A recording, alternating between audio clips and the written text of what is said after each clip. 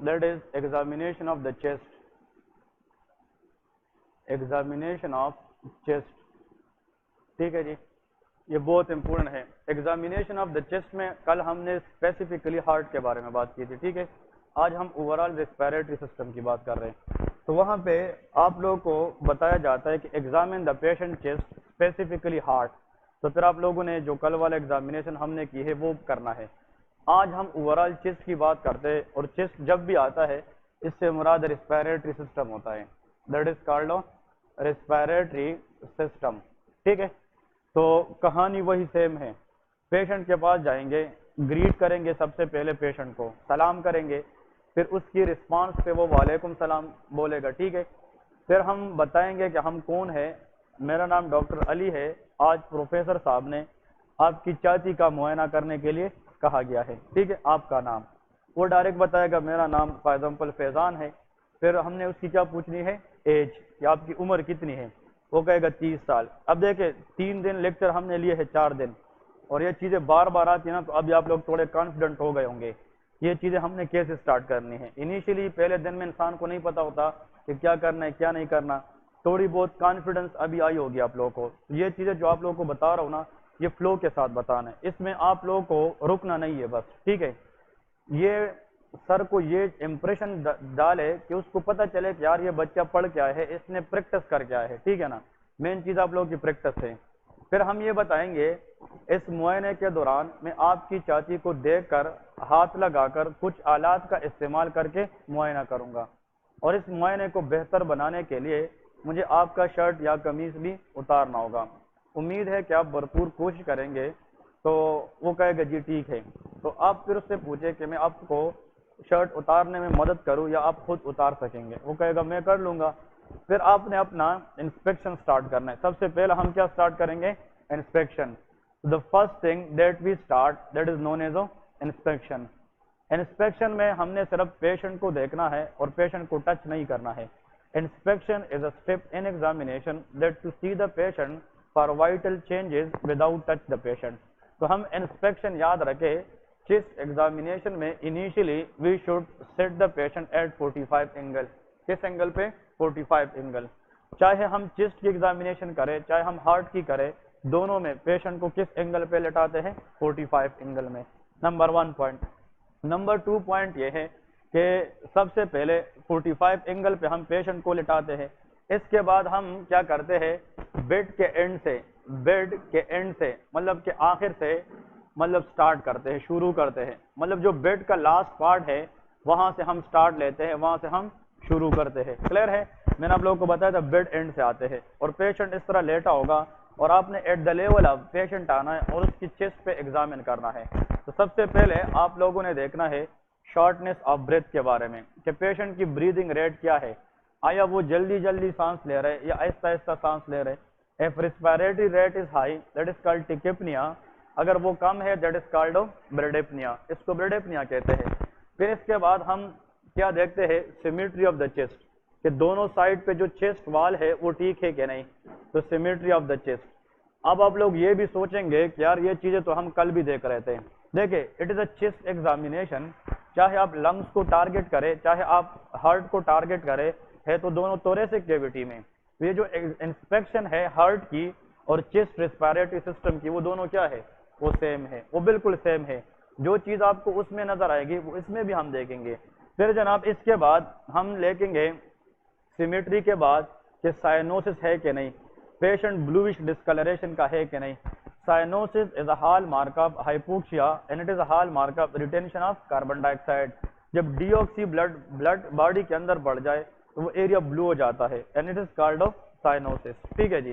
फिर साइनोसिस के बाद हम पेशेंट की चेक करते हैं नंबर 2 कलर, कि इसकी कलर क्या है। साइनोसिस तो एक स्पेसिफिक ब्लू कलर है, लेकिन कलर ऑफ द पेशेंट हमें इनीमिया बता सकती है, इनीमिया हो सकती है क्या नहीं।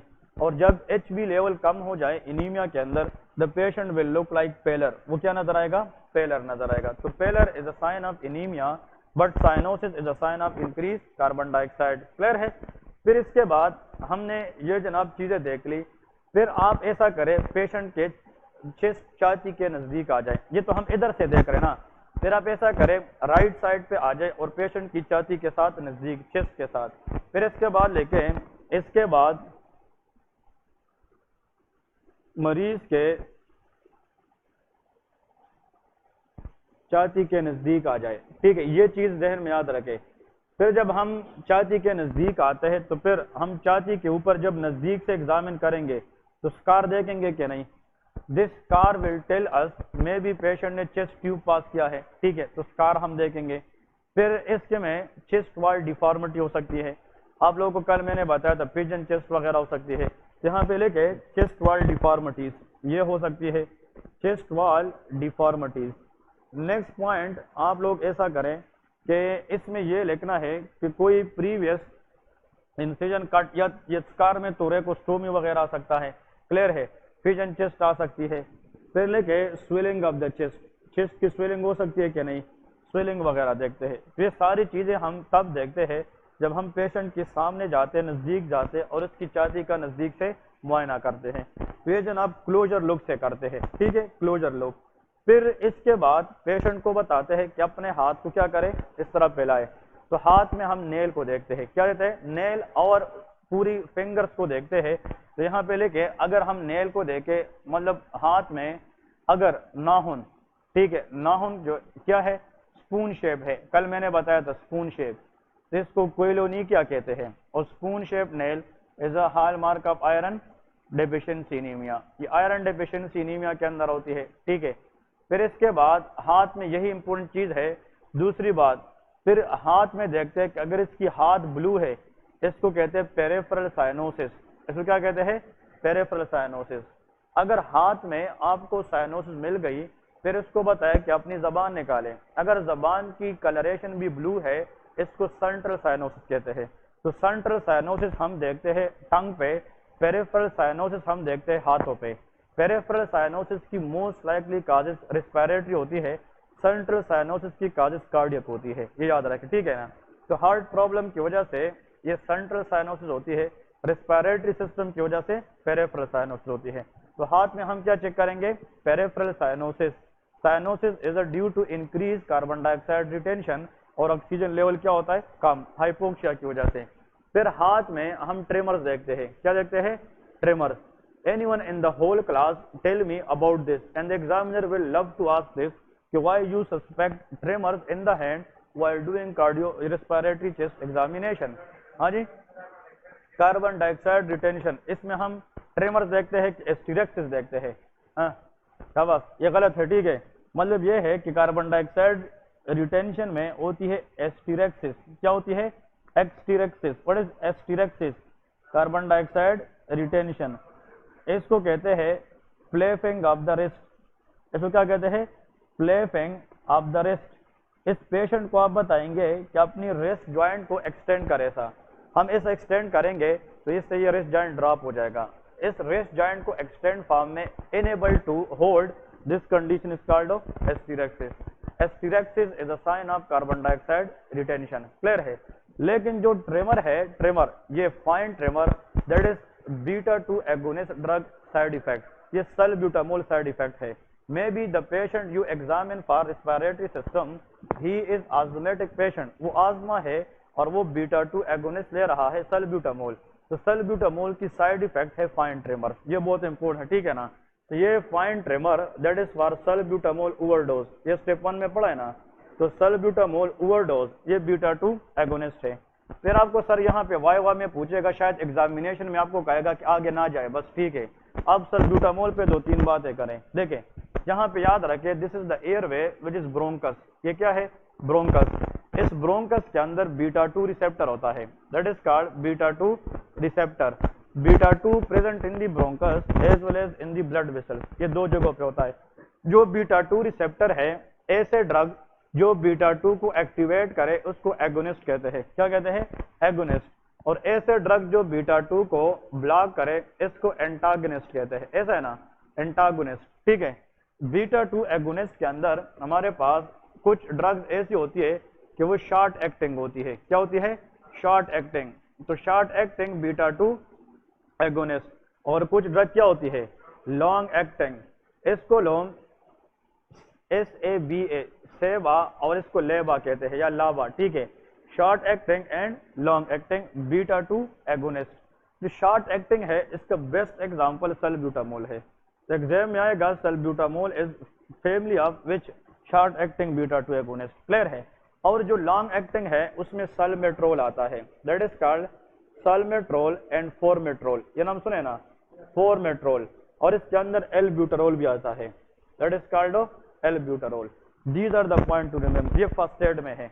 सल्ब्यूटामोल, albuterol are the short acting beta 2 agonist, but formoterol and salmeterol these are long acting beta 2 agonist. ये क्रोनिक आस्थमा की मैनेजमेंट में देते हैं, ये अक्यूट अटैक ऑफ आस्थमा में देते हैं।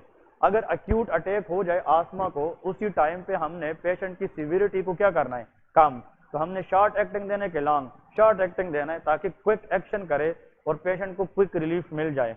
The drug of choice for acute attack of asthma answer is short acting beta 2 agonist. अगर एक पेशेंट है उसको क्रोनिक आस्थमा है, उसको प्रोफाइलेक्टिक हम कोई ड्रग देना चाहे क्रोनिकली, तो फिर क्या है, लॉन्ग एक्टिंग है। Short actings are safe, but long acting can cause some serious side effects. One of them is a tremor. लेकिन सल्ब्यूटामोल के साथ भी केसेस आए हैं कि it can also cause a tremors. लेकिन tremors can also mainly caused by what? Formoterol and salmeterol. तो आप लोगों ने बीटा 2 एगोनिस्ट बताना है, तो बीटा 2 में फिर शॉर्ट एक्टिंग अगर पूछे बताने और लॉन्ग एक्टिंग। अब ये जितने भी ड्रग है, ये जब हम पेशेंट को देखते हैं तो ब्रोंकस के अंदर बीटा 2 को क्या करते हैं, एक्टिवेट। और जब ये एक्टिवेट करते हैं beta 2, it increase cyclic MP. ये किस चीज की लेवल को बढ़ाता है, साइक्लिक एमपी। और cyclic MP can relax smooth muscle of the bronchus. ये क्या करता है, रिलैक्स स्मूथ मसल, क्योंकि bronchus is made up of smooth muscle. और जब ब्रोंकस की स्मूथ मसल रिलैक्स हो जाए तो दीज ड्रग कैन कॉज ब्रोंकोडायलेशन। ये क्या कराती है, ब्रोंकोडायलेशन। और आस्थमा पेशेंट में पहले से क्या होता है, ब्रोंको कंस्ट्रक्शन, और हमारा टारगेट ये है कि हम ब्रोंको क्या करें, डायलेशन करें। तो बीटा 2 एगोनिस्ट चाहे शॉर्ट एक्टिंग हो चाहे लॉन्ग एक्टिंग हो, they increase cyclic AMP in the bronchus, can relax smooth muscle leading to bronchodilation. और ये सारे इनहेल्ड फॉर्म में दी जाती है, किस फॉर्म में, इनहेल्ड फॉर्म में, इसलिए ताकि इसका इफेक्ट मैक्सिमम आ जाए। क्लियर है। तो this is what you will do जब हम ये, तो अगर वो पूछे तो आप लोगों ने बताना है, इसमें वाइवा चलता है, ठीक है। हाँ,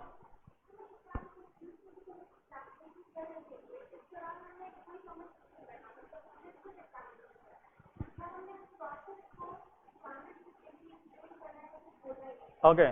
आप एग्जामिनेशन में जाते हैं अकॉर्डिंग टू हर कि हमने सिर्फ एग्जामिन करना है या सर को साथ साथ बताना भी है, क्लियर है, हमने बताना नहीं है। आपको टास्क मिला है कि examine the patient for respiratory system. आपका काम है चुपके से अपना काम करना। अगर आप पेशेंट को कहते हैं कि अपने हाथ को ऐसे करें और वहां पे सर आपसे पूछे कि आप हाथ में क्या देख रहे, तो फिर आप लोगों ने ये कमेंट्स देने हैं। अगर सर ना पूछे तुमने तो आगे जाना है, बस आपने कुछ भी नहीं बोलना, क्योंकि जो आप कर रहे हैं उसके पीछे रीजन होना चाहिए कि आप पेशेंट से क्यों करवा रहे हैं, ठीक है। तो ये पॉइंट्स याद रखने हैं। ये इंस्पेक्शन था, ठीक है। इसके बाद लेके पाल्पेशन, कि हम पाल्पेशन करेंगे रेस्पिरेटरी सिस्टम, इसकी पाल्पेशन। इंस्पेक्शन के सारे क्वेश्चंस आप लोगों से वो वाइवा में पूछ सकते हैं, ठीक है जी। The next step we do palpation. What is palpation, it is touch the patient. इसमें हम पेशेंट को हाथ लगा के मुआयना करेंगे, टच करेंगे। तो जब आप पेशेंट को टच करते हैं यू शुड टेक कंसर्ट। हम क्या लेते हैं, कंसेंट लेते हैं। पेशेंट से कंसर्ट लेना सबसे इंपोर्टेंट है। पेशेंट को आप बताएंगे अभी फैजान साहब आपकी चाची को हाथ लगा के मुआयना करूंगा, उम्मीद है कि आप तावन करेंगे। वो कहेगा ठीक है। जब आप पेशेंट को टच करेंगे you should ask that whether ही और शी एग्री और नॉट, क्लियर है। जहाँ पहले के कंसर्ट, ये जरूरी है, ये ना भूले, ठीक है। इजाजत जरूर लेते हैं, इससे इजाजत लेते हैं, कंसर्ट लेते हैं। फिर वो कहेगा ठीक है, आप अपना मुआयना करें। फिर आपने पेशेंट को इस स्टेट में उसको पूरा किस में करना है, सुपाइन में। इंस्पेक्शन 45 एंगल पे की जाती है, लेकिन पाल्पेशन कंप्लीट सुपाइन में की जाती है, क्लियर है। यहाँ पे लेके प्लेस द पेशेंट, या मरीज को पूरा लेटाए, क्लियर है। मरीज को हम पूरा लेटाएंगे, या place the patient in complete supine, complete supine position, मतलब इसकी जो 45 एंगल है उसको खत्म करेंगे, ठीक है। फिर जब इंस्पेक्शन करेंगे सबसे पहले स्टर्नल एंगल को मालूम करेंगे, इसको स्टर्नल एंगल, और स्टर्नल एंगल से हम रिब्स को काउंट करेंगे एपेक्स ऑफ द हार्ट को मालूम करेंगे। जिस तरह कल किया था ना, तो यहाँ पे लेके एपेक्स बीट, सबसे पहले हम किसको मालूम करेंगे, apex beat. If the sir से कभी कभार पता है स्टेप 3 या स्टेप 2 में इस तरह भी होता है, आपको सर कहता है कि go and just look for apex beat, वो कुछ भी नहीं कहते, वो कहते बस इंस्पेक्शन सब कुछ हो गई है, तू जाके बस एपेक्स बीट मालूम करे। अगर आपने जाकर नेपल के नीचे हाथ रख लिया ना, नेपल के नीचे हाथ, तो उसको पता होगा कि इसको लोकेशन पता है कि 5th इंटरकास्टल स्पेस में है। तो फिर आपने इसको कैसे कंफर्म करना है, स्टर्नल एंगल से हमने रिप्स काउंट करने हैं।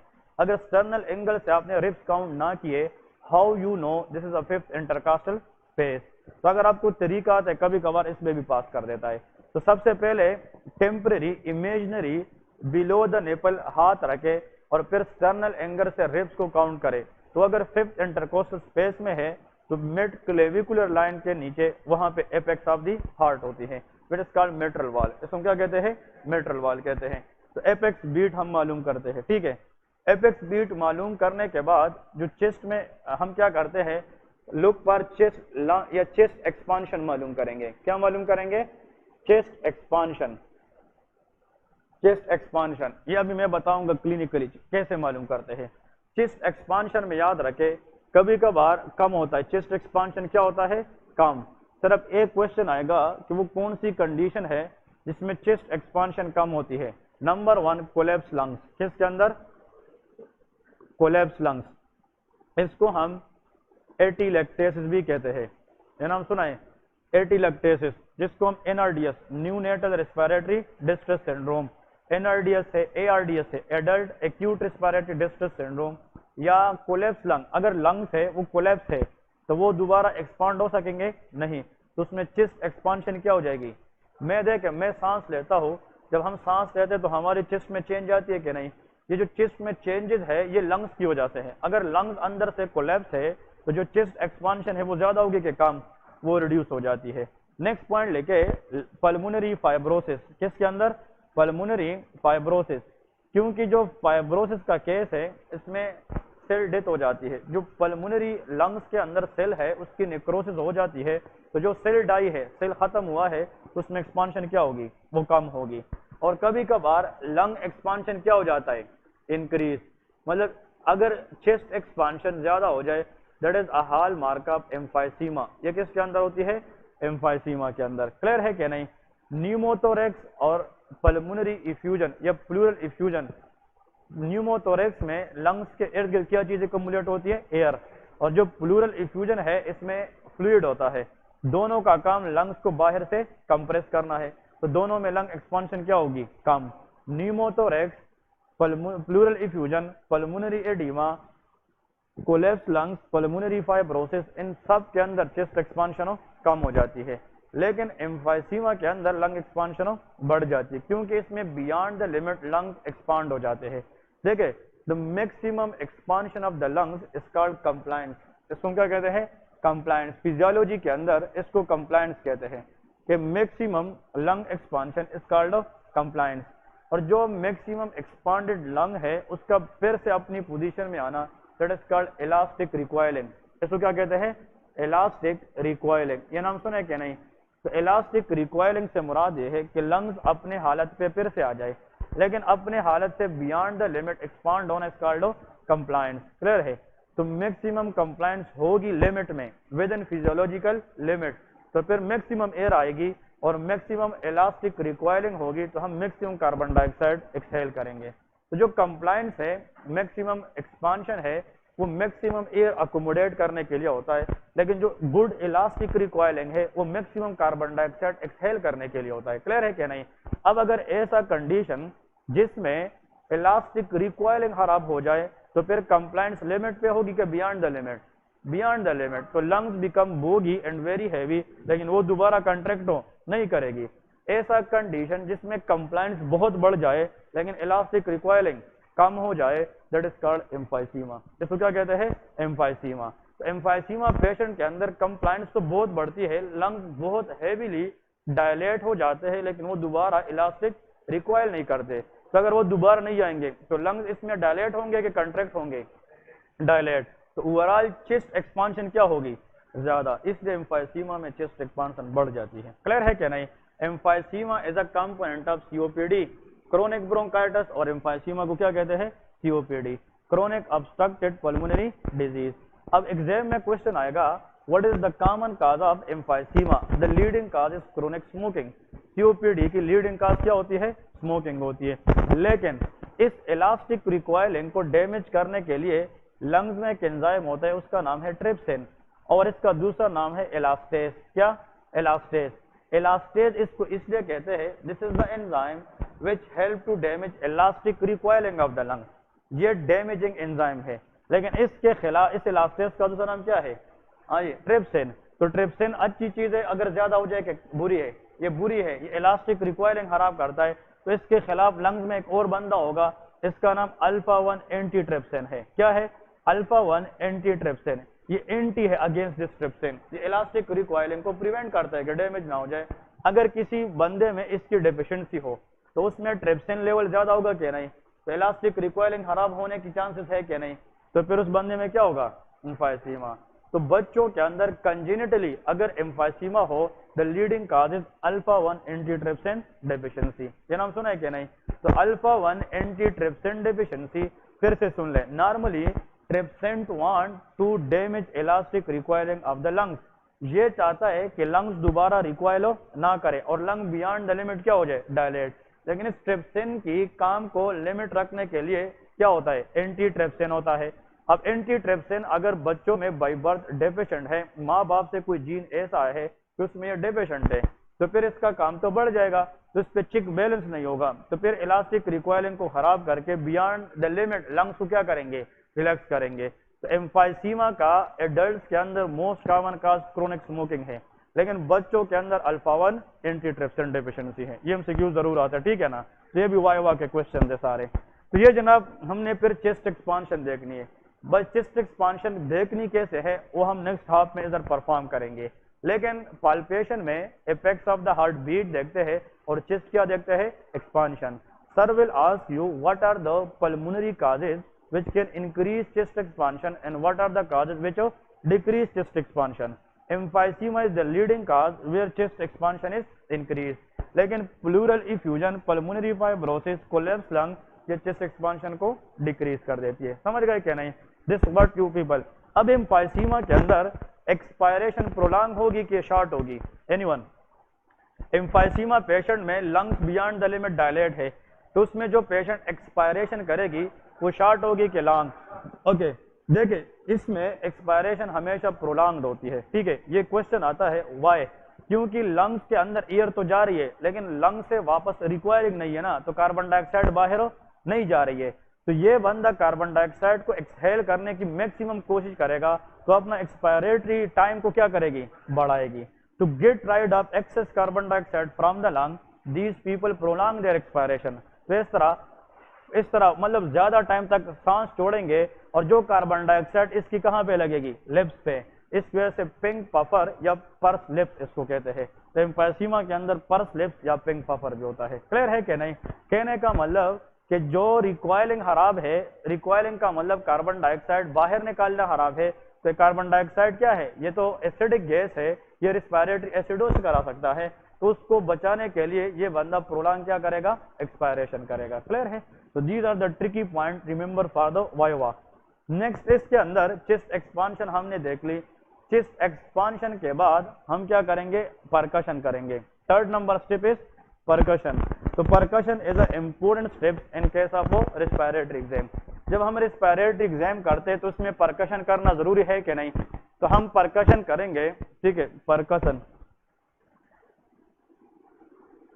Percussion okay. परकशन करने से पहले पेशेंट को बताए कि what you are going for. Patient को बताना है कि एक हाथ मैंने आपकी छाती पे रखना है और उस सेम हाथ से दूसरी हाथ की उंगली को मारना है। तो अगर आपको कहीं पे दर्द है तो आप फिर मुझे बता दीजिएगा, मैं अपना मुआयना रोक दूंगा। क्लियर है भाई, ऐसा ना हो कि आपने पल्पेशन की और आपने टक टक शुरू पे का ये क्या कर रहे हैं। क्लियर है कि नहीं, पेशेंट को बताना है कि अभी एक उंगली हम रखेंगे और दूसरे पे उसको मारेंगे, कहीं पे दर्द हो तो आप मुझे बता दीजिएगा। कभी भी परकशन बोन्स के ऊपर ना करें, रिब्स पे, इन बिटवीन द रिब्स करना है, दैट इज इंटरकास्टल स्पेसेस। हम इंटरकास्टल स्पेस के अंदर करते हैं। क्लियर है, ताकि हम अच्छी तरीके से परकशन आवाज़ सुन सके। परकशन उधर आप चाहे गलत करे ठीक करे, लेकिन तरीका आना चाहिए कि परकशन कैसे की जाती है। ओके, अब अगर फॉर एग्जांपल एक बंदा है वो लेफ्ट हैंडर है, ठीक है, और मैं राइट हैंड लेफ्ट हैंडर हूँ, एक बंदा राइट हैंडर है, क्लियर है, उसका डोमिनेंट हैंड क्या है, ये राइट है, तो वो लेफ्ट वाली फिंगर रखे और उस पर राइट मारे। अगर फॉर एग्जांपल कोई बंदा लेफ्ट हैंडर है तो वो राइट रखे और लेफ्ट मारे। इसका मतलब जो आपकी डोमिनेंट है वो जनाब हेड के लिए होना चाहिए, हेड के लिए, ताकि आप उस एरिया को परमानेंटली या फॉर एग्जांपल प्रोमिनेंटली हिट करें और आपको साउंड सुनने को मिले, क्लियर है। अब यहाँ पे जो फिंगर हम फॉर एग्जांपल इसमें ये भी क्वेश्चन पूछते हैं, एक होते प्लेक्सर और एक होते फ्लेक्सीमीटर, इसमें याद रखें, ठीक है। जो फिंगर चेस्ट पे रखते हैं उसको फ्लेक्सीमीटर कहते हैं, क्लियर है कि नहीं।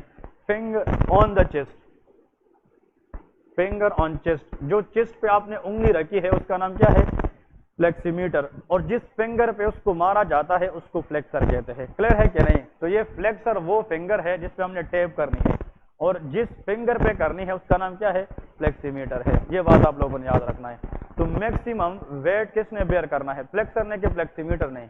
फ्लेक्सीमीटर ने ज्यादा वेट बेयर करना है, ज्यादा जोर तो उसको मिलेगा, इसलिए ज्यादा वर्ड से बना है, ये फ्लेक्सीमीटर वाला है, क्लियर है कि नहीं। और ये वही है, ये वो फिंगर है जिसने मैयर करना है किस चीज को, रेजोनेंस को, कि रेजोनेंस कैसा है, ये मैयरिंग फिंगर है, ये मीटर है, क्लियर है कि नहीं, ये फ्लेक्सीमीटर है। और जिस पे मारी जाती है उस फिंगर का नाम क्या है, फ्लेक्सर होता है। तो ये सर पूछता है, on the finger that you tap skull dash and to which you tap that skull dash, जिस पे मारा जाता है वो फ्लेक्सर है, और मतलब जो चेस्ट पे है इसको क्या कहते हैं, फ्लेक्सीमीटर है, क्लियर है।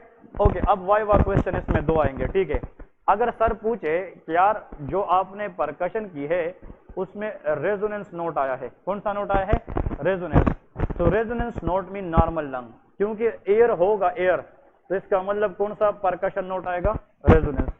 अब आपने किसी पेशेंट की परकशन की है और इसमें जो नोट है वो क्या है, हाइपर रेजोनेंस, दैट इज नीमोथोरेक्स, वो क्या है, नीमोथोरेक्स। देखे नॉर्मल लंग्स में रेजोनेंस होता है, तो नॉर्मल लंग में एयर होता है कि फ्लूइड होती है, एयर, तो इसका मतलब जहां पे एयर होगा तो वहां पे परकशन नोट क्या है, रेजोनेंस है, नॉर्मल।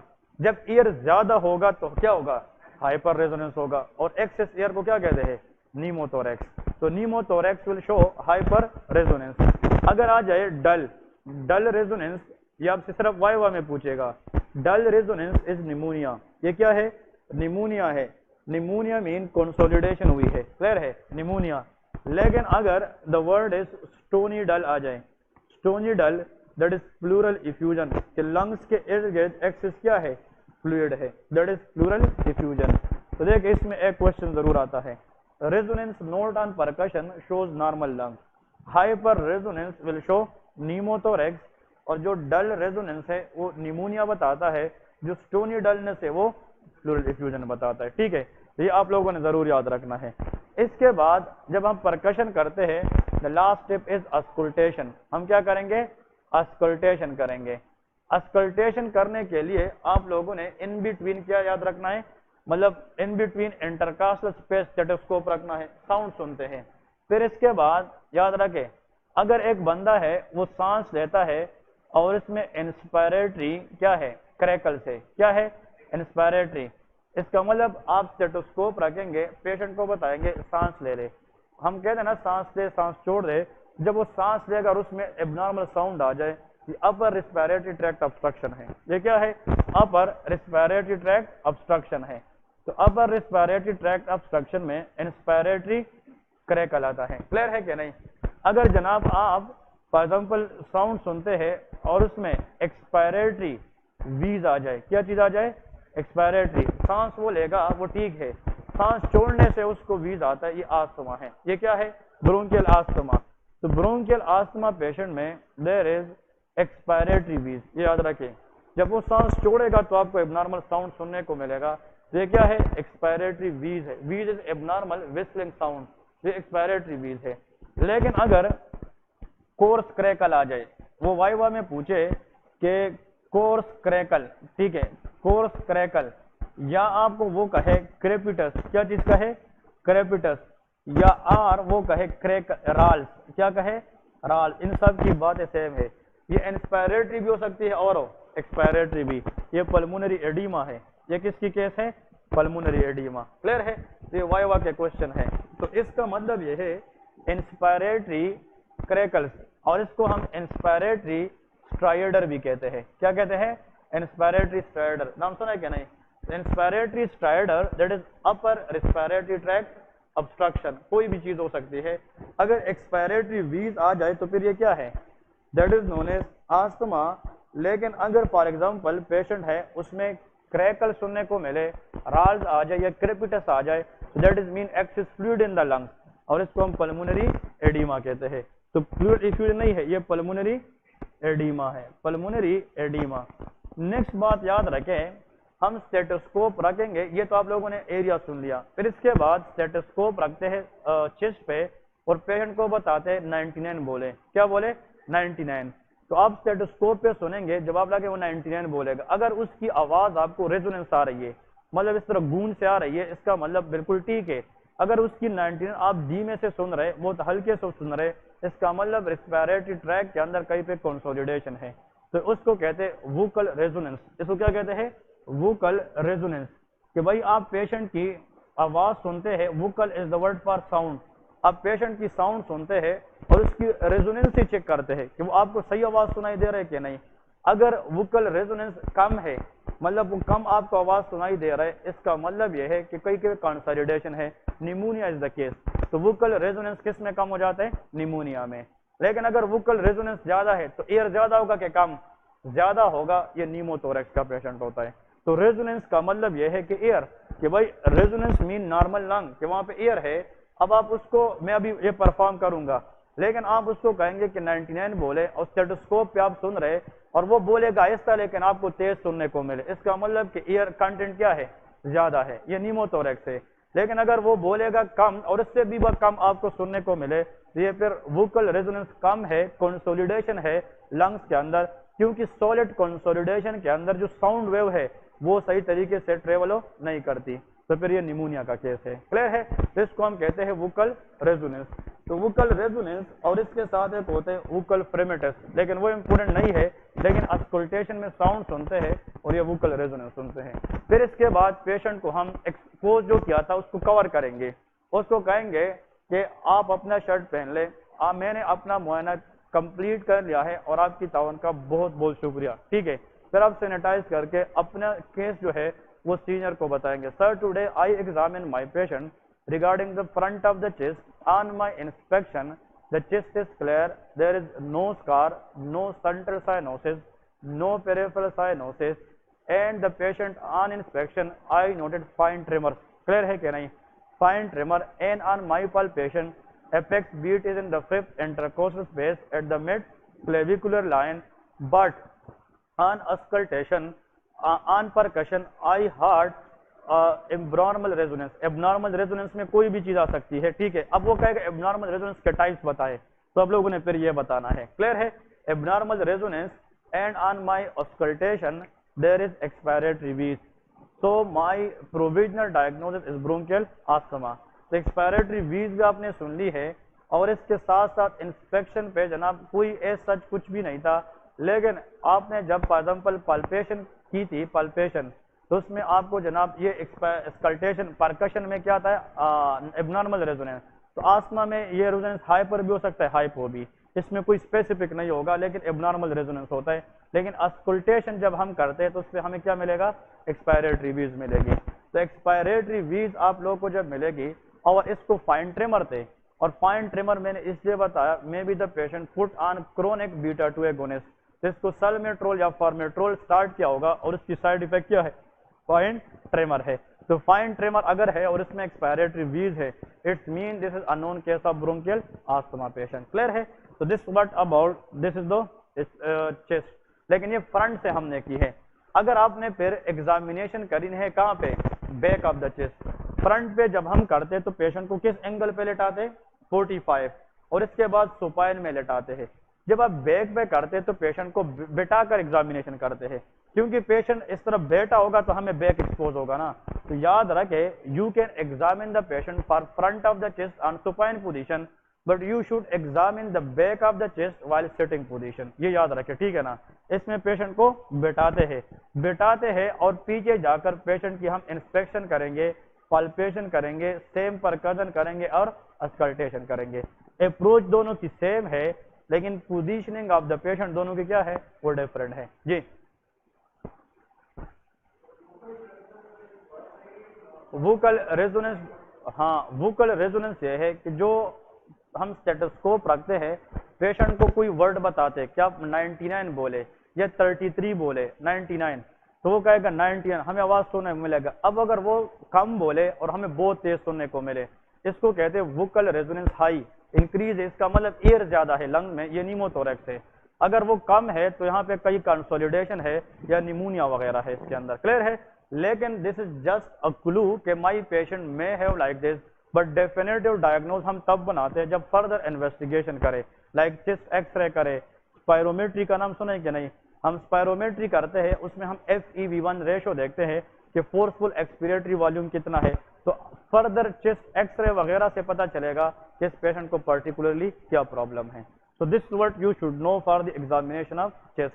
कि अभी तक जो एग्जामिनेशन आप लोगों किए हैं ना, थायराइड एग्जामिनेशन, फिर कार्डियोवास्कुलर एग्जामिनेशन और चेस्ट एग्जामिनेशन, चाहे आप जिस स्टेशन में भी जाए, एक मैंडेटरी एग्जामिनेशन इनमें से जरूर आता है, क्लियर है कि नहीं। तो अगर ये 3 आप लोग सही पक के याद करें ना, इनमें से 10 नंबर का मैंडेटरी कंपल्सरी स्टेशन मतलब आप लोगों का कवर हो जाता है। और जिस तरीके से आप लोगों को मैंने बताया है, आप लोग देखे यार सर ने थायराइड किया था, 2 बंदे साथ में रहते, यार आप थायराइड प्रिपेयर करें, मैं रेस्पिरेटरी प्रिपेयर करता हूँ, आप उस पर थायराइड करें, उसकी भी रिवाइज हो जाएगी, आपकी भी प्रैक्टिस हो जाएगी। ये उस पर कार्डियोवास्कुलर करें, इसकी प्रैक्टिस हो जाएगी, उसका याद हो जाएगा। तो ये चीजें इस तरह इंटरमिंगल करें, इस तरह मिक्सअप क्या करें, ताकि आप लोग उस पर बार बार प्रैक्टिस करते रहे, ठीक है। अभी दे के 5 मिनट ब्रेक करें, फिर परफॉर्म करते हैं, शाबाश, ठीक है। Yes, you will say that sir my provisional diagnosis is bronchial asthma but I need further investigation to confirm the diagnosis।